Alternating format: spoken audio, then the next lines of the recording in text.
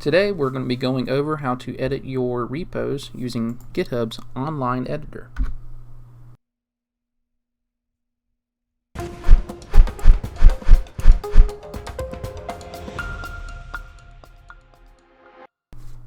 Hey guys, welcome back to a new episode of DevDrawer. Today I'm going to be showing you a new feature with GitHub. It's been out for just a little while.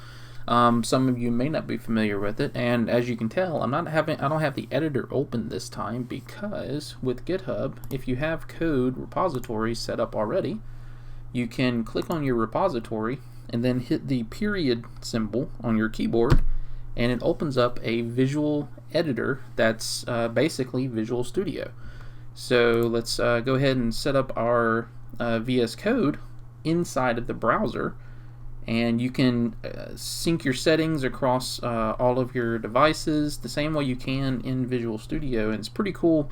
So I'm just going to go through some of the options if you've never used this before, and you can basically edit any of your code, and once you're signed into it, you'll be able to basically editing your code and keep the settings synced between each one of your browser sessions as well as your Visual Studio code.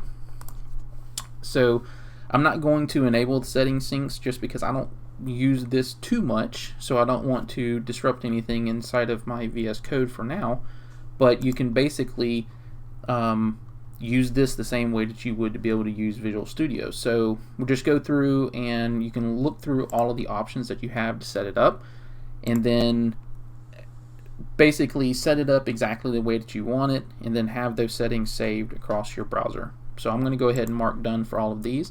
And if you're familiar with Visual Studio code, basically this is an exact replica of it, just web-based.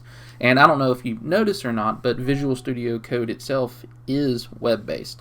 It's basically a JavaScript code that is installed inside of your computer, so they were able to take that and make it where it's accessible through here, but you can pretty quickly make changes.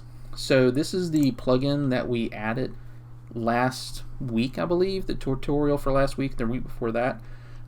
So we can come in here and we can edit these. So let me go ahead and make some changes, and I'm just going to say this is an update from the GitHub Visual Studio editor. And then once I get done making my change, it's not saved yet, so we have to commit it. So if we go out to github.com and then we go to our DevDrawer plugin again, you can see that the changes that we just made are not there yet. So what we need to do on this side of it is we click on this source control that they have over here, and then you can kind of see some of the options that you have, and you can also add a commit message here. So I'm going to add a commit here and just say testing. Let's just say testing GitHub online editor, and then once I get done adding my commit message, I just come up here and I hit commit, and then it's going to commit this, and you can see that the color changed over here from orange to white. So if we come back over to our DevDrawer sample plugin and refresh, you can see now that this is an update from the Visual Studio editor. So not everything works the way you would expect it to. Like for example, if we try to open up the terminal, it says that you can't use this, you need to have an actual environment like a local VS Code, but if we click on this, it'll actually open up our VS Code that we have installed on our computer. You can also install extensions that are commonly used. So I have a video of all the extensions that I use, so you can install those here. Or whenever you have your settings synced, it'll allow you to use the same setting or the same extensions that you have on your VS Code editor with your online version of it as well. So this is pretty cool. I don't know how often I'm going to be using it, but if you have the option that you want to just come into one of your repos and make a quick change, you can always go in there and do that. So I'm going to come in here and remove this, and we're going to go back over here to source control, and we're just going to say removed sample message, and then we're going to commit that.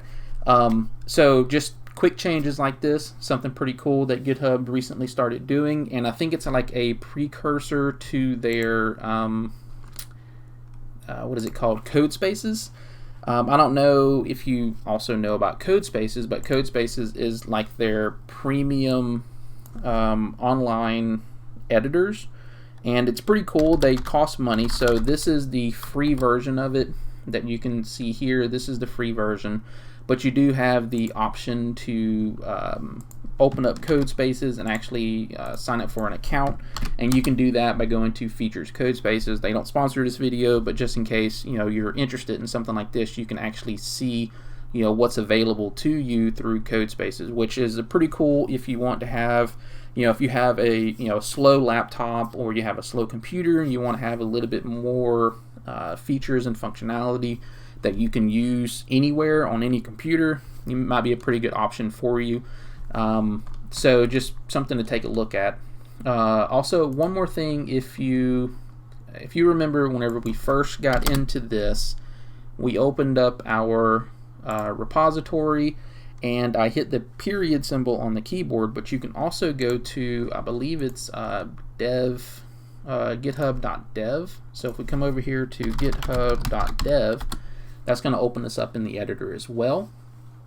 And then we'll have basically what you start out with is blank repo. So you can come in here and create a repo, and it kind of gives you information on what you can do to start it. So if you want to start a new repo and code directly from the browser, you can do it here, or if you're in your browser and then inside of your repo, you just hit the period symbol and it opens up that repo in the editor as well. So pretty cool feature. Hopefully it helps you out. I think it's pretty cool in the direction that they're going, making everything kind of virtual. So hopefully you enjoyed it, and I'll talk to you later.